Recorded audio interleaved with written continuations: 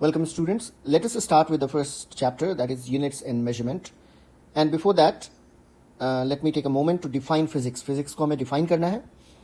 Physics is the branch of science that deals with the study of matter, energy and the fundamental forces of nature, along with their interactions and behaviors through space and time. As given in the definition, physics science का एक branch है और physics deal करता है इन सारे topics से. One is study of matter, energy and fundamental forces of nature. Fundamental forces of nature में कैसे फोर्सेस आते हैं? Gravitational force, electrostatic force, magnetic force, nuclear force. तो फिजिक्स इन्हीं सब टॉपिक्स के बारे में स्टडी है.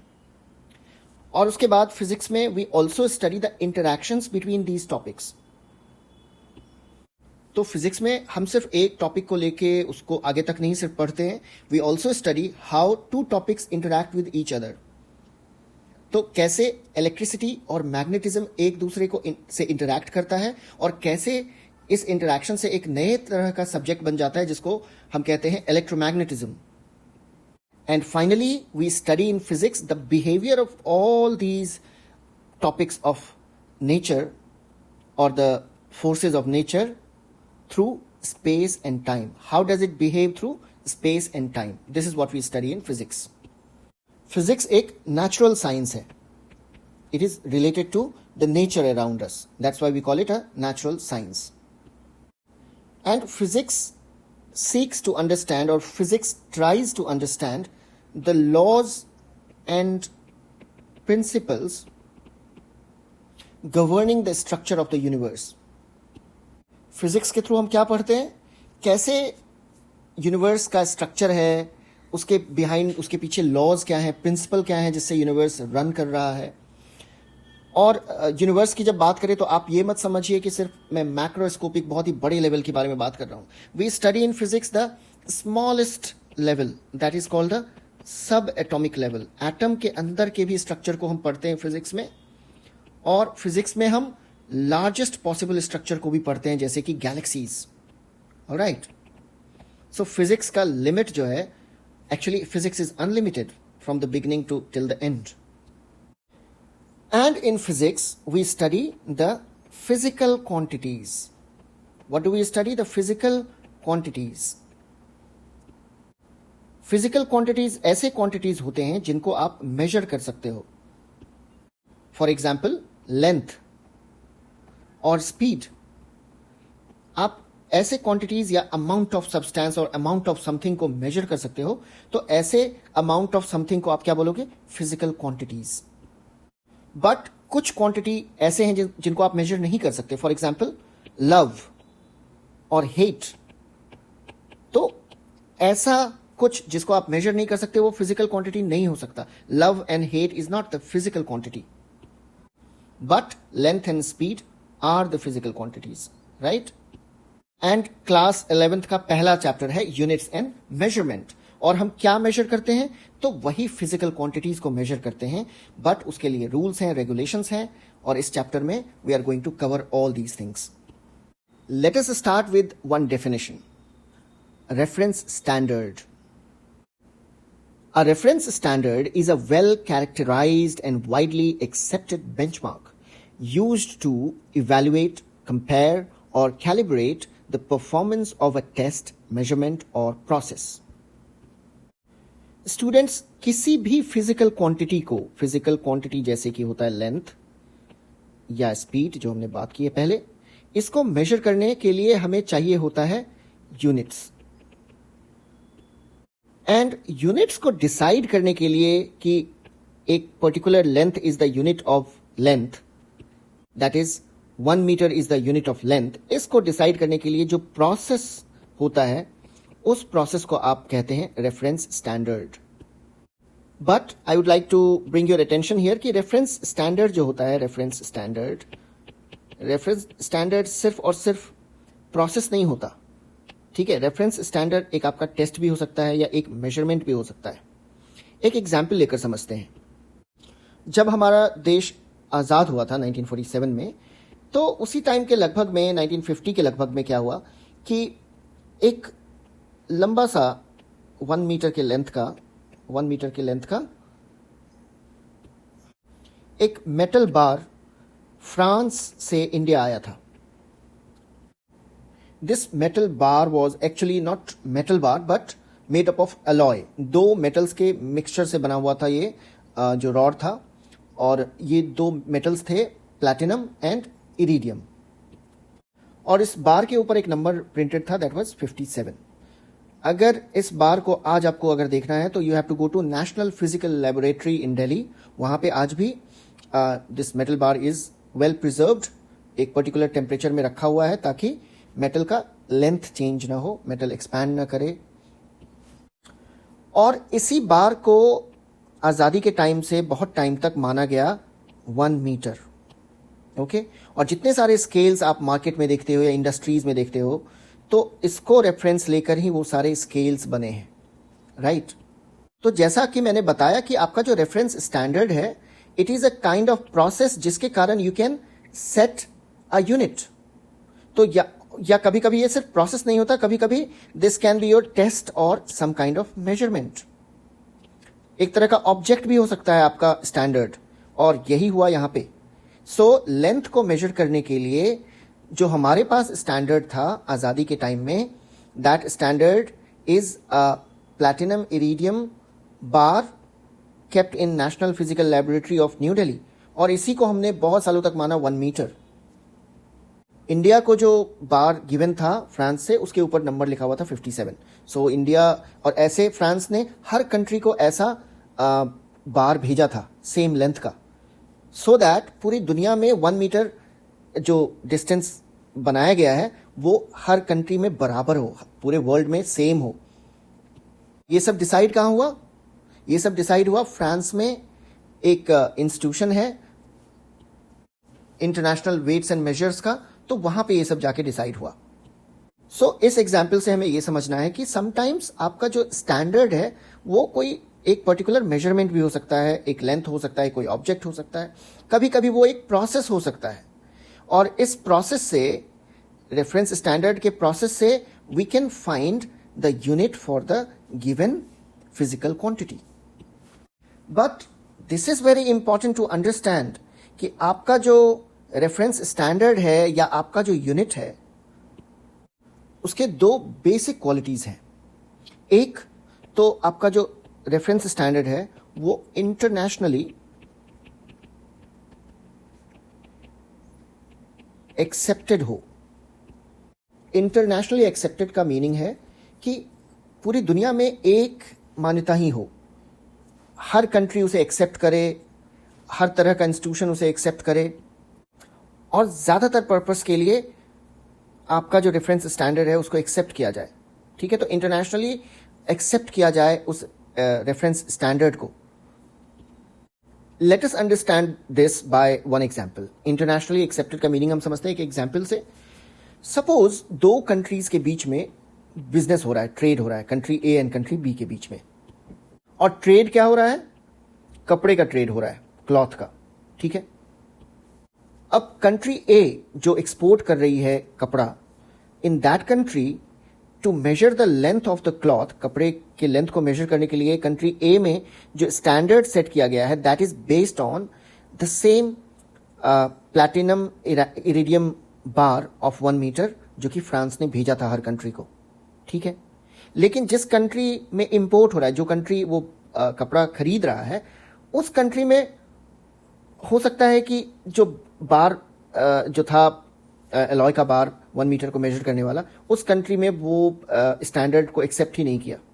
और हो सकता है कि कंट्री बी में जो है 1 मीटर का कोई कॉन्सेप्ट ही नहीं है. लेंथ को मेजर करने के लिए उन्होंने मीटर यूज ही नहीं किया आज तक.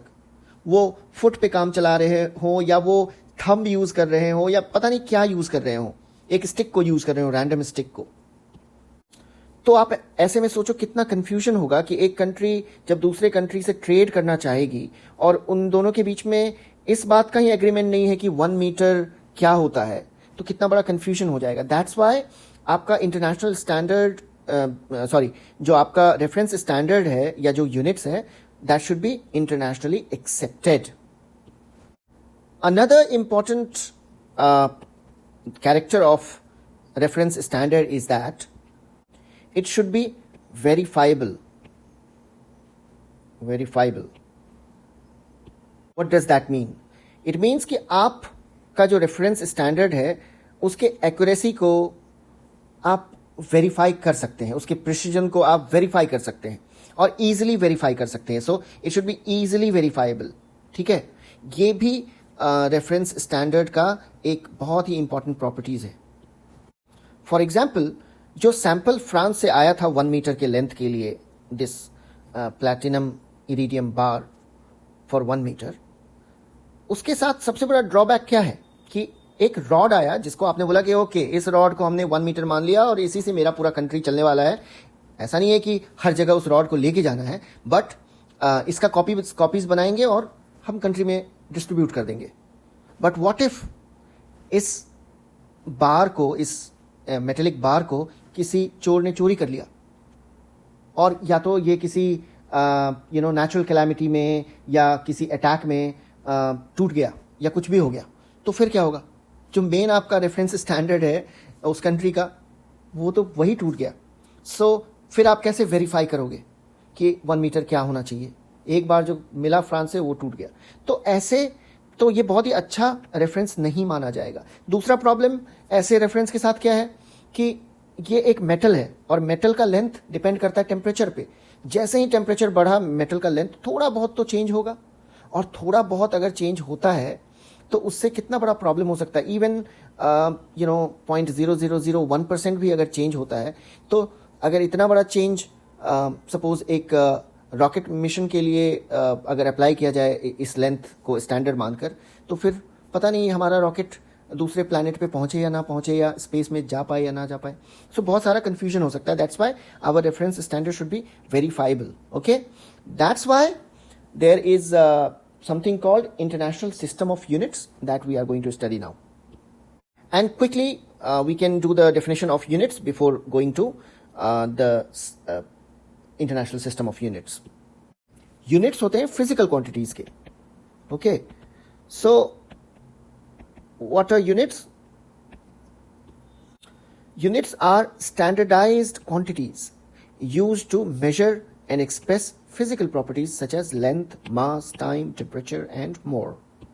So units standardized होता है, means जो हमने अभी reference standard बताया था कुछ देर पहले, तो units क्या होता है?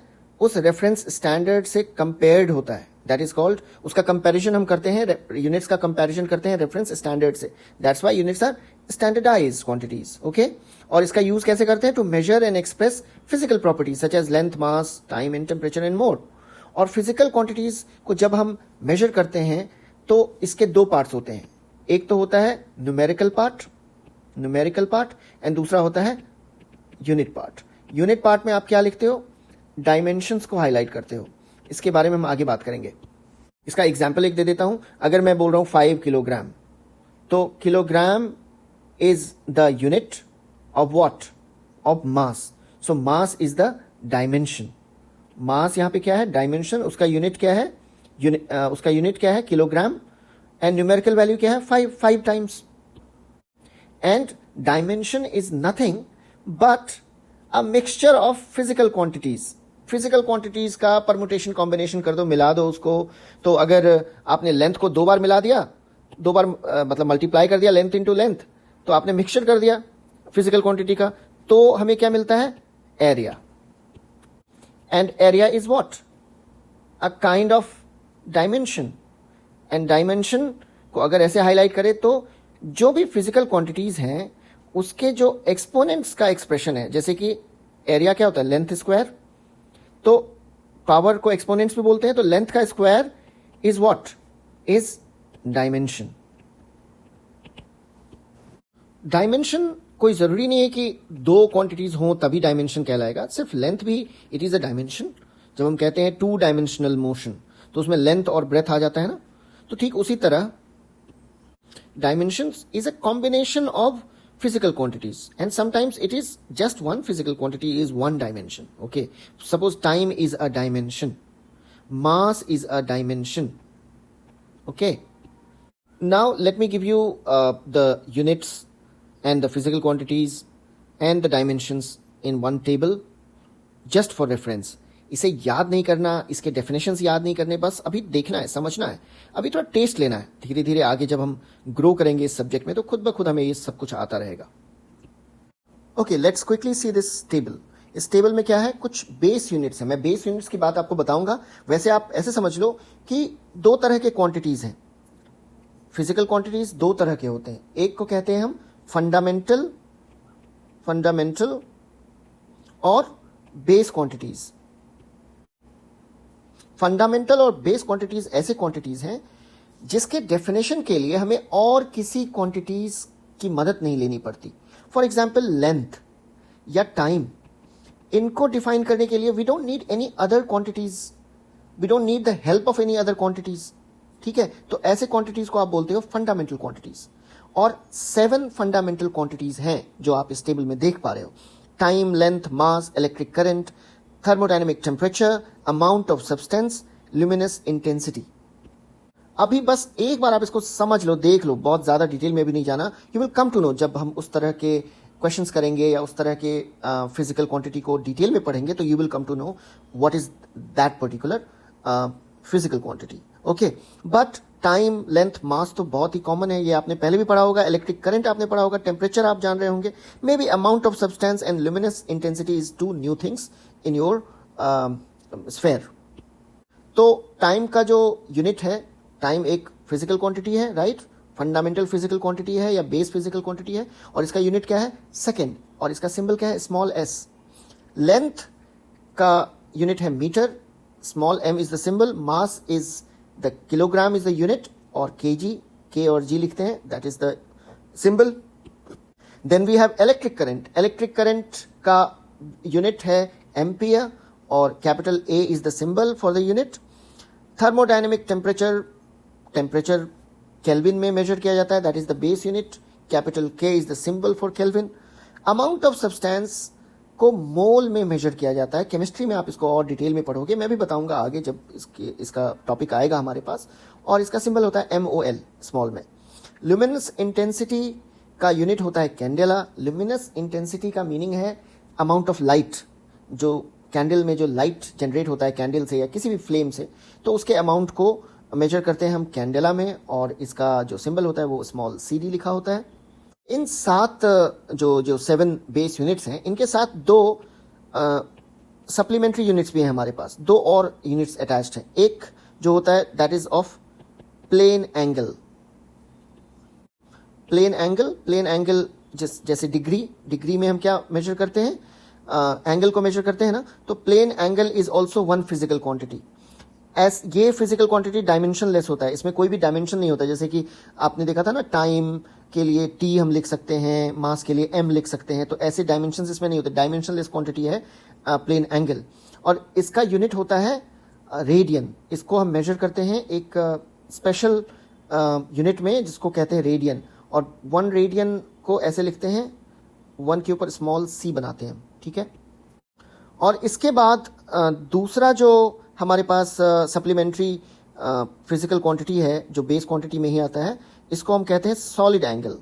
Solid angle is a 3 dimensional angle, जो कि एक अगर आप एक स्फेयर का सेंटर ले लो तो उसके सराउंडिंग में कितना एंगल बनेगा, उसको हम कहते हैं सॉलिड एंगल. जैसे कि आपने अगर एक आइसक्रीम खाया तो एक कोन वाला आइसक्रीम खाया, तो एक जो कोन बनता है, तो अगर कोन के नीचे वाले टिप को लो आप, तो वहां से जो एक 3D एंगल टाइप का बन रहा है उसको हम कहते हैं सॉलिड एंगल. और सॉलिड एंगल को हम मेजर करते हैं एस्टेरेडियन में, और इसको शॉर्ट फॉर्म में लिखते हैं ST.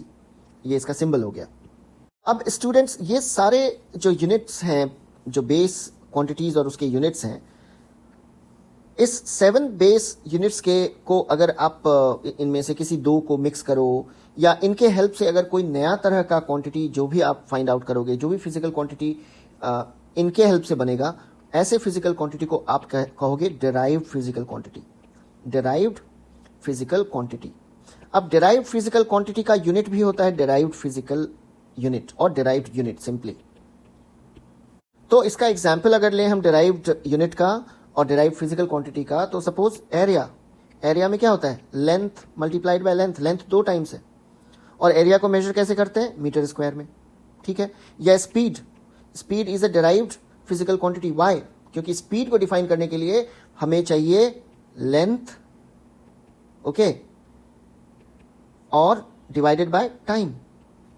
दो फिजिकल क्वांटिटी चाहिए इस स्पीड को डिफाइन करने के लिए।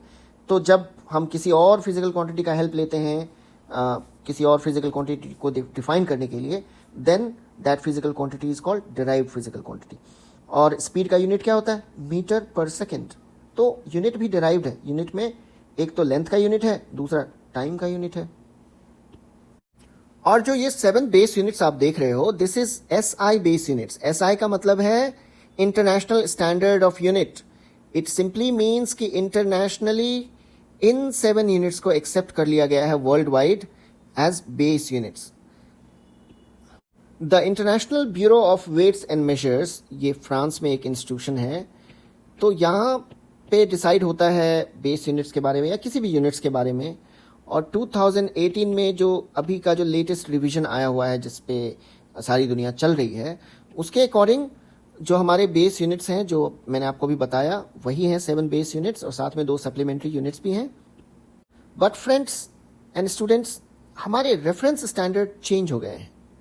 जो आज़ादी के टाइम में रेफरेंस स्टैंडर्ड था, आज भी वही सेम रेफरेंस स्टैंडर्ड नहीं है, और आई होप कि फ्यूचर में भी नहीं रहेगा, क्योंकि हम हर दिन ब दिन हम लोग ग्रो करते हैं, हम लोग बेटर होते हैं। तो रेफरेंस स्टैंडर्ड को चूज करने में भी हम बेटर होते जाते हैं। आज जो रेफरेंस स्टैंडर्ड लेंथ का है, फॉर एग्जांपल, एक एग्जांपल बस दे रहा हूं, जो आज का जो हमारा रेफरेंस स्टैंडर्ड लेंथ का क्या है, इसको समझते हैं। आज हम लेंथ को मेजर करते हैं एक ऐसे स्टैंडर्ड से जिसको हम बोलते हैं स्पीड ऑफ लाइट। 1 सेकेंड में लाइट कितने मीटर्स ट्रैवल करता है, ठीक है। तो ये हमारा बेसिस है मीटर डिफाइन करने का। तो एक बहुत ही छोटे टाइम में 1 सेकेंड के मतलब बिलियंस बिलियंस बिलियंस पार्ट कर दिया जाए, तो बहुत ही छोटे से टाइम के पार्ट में लाइट ट्रैवल करेगा सिर्फ 1 मीटर, ओके। और ये वाला वैल्यू जो है, कितने सेकेंड में लाइट 1 मीटर ट्रैवल करता है, ये वैल्यू ऑलरेडी फाउंड है, आप इंटरनेट पे देख सकते हो। तो अब हमारा 1 मीटर जो है अब बहुत ही एडवांस हो गया है कि स्पीड ऑफ लाइट से हम कैलकुलेट करते हैं भाई अपना 1 मीटर। और यहाँ पे सबसे अच्छी बात क्या है कि ये इंटरनेशनली एक्सेप्टेड भी है और वेरीफाइबल भी है, इसको वेरीफाई कर सकते हैं। कभी भी कहीं भी अगर आपके पास इक्विपमेंट है, तो you can use the concept of speed of light and you can find the length of 1 metre, exact length of 1 metre. और लाइट ऑफ स्पीड कुछ ऐसा है कि इसे चोर भी चोरी नहीं कर सकता। जैसे पहले जो प्लैटिनम और इरिडियम वाला बार था, उसको हो सकता है चोर चोरी कर ले, या वो किसी टेररिस्ट अटैक में या किसी कंट्री के वॉर में डिस्ट्रॉय हो जाए। बट स्पीड ऑफ लाइट को डिस्ट्रॉय तो कर नहीं सकते आप, लाइट को डिस्ट्रॉय कर नहीं सकते। तो ये एक बेटर स्टैंडर्ड है, and this is not even an item or a measurement but a process. एक तरह का प्रोसेस है ये, कि अगर आपको ये प्रोसेस करने आता है तो आप कहीं पे भी सेटअप करके 1 मीटर का लेंथ फाइंड आउट कर सकते हो। So this is how it works. So these 7 base units are called the fundamental units, and these are also called the international systems of units. उसमें ये 7 base units आते हैं। Okay, so part 1 of chapter 1 I'm going to finish in a few minutes. उससे पहले मैं आपको बस एक एडवाइस करूंगा कि आप NCERT बुक में टेबल देख सकते हो यूनिट्स के बारे में, उसका कुछ डेफिनेशंस भी लिखा हुआ है। Try to understand, there is no force that आप उसको आज समझ ही लो। हो सकता है आपको समझ ना भी आए उसके definitions, but we can always discuss. Internet के थ्रू आप मेरे से कभी भी बात कर सकते हो। You can always write a comment in the comment box and I will get back to you, अगर आपके मन में कोई भी क्वेश्चन हो तो, ठीक है। So just go through that, go through any good book, और उसके बाद अपना एक नोट आप बनाना ना भूलें। आपको अभी तक मैंने जितना भी पढ़ाया है उसके लिए हार्डली आपको 10 मिनट्स लगेगा नोट्स बनाने में। हालांकि वीडियो जितने भी देर का है उसको आप देखकर उसके जो मेन इंपॉर्टेंट पॉइंट्स हैं उसको जॉट डाउन कर सकते हो, and you can also go back to your NCERT book और एक अपना फाइनल नोट्स बना सकते हो। And see you in the next video with the topic called significant figures.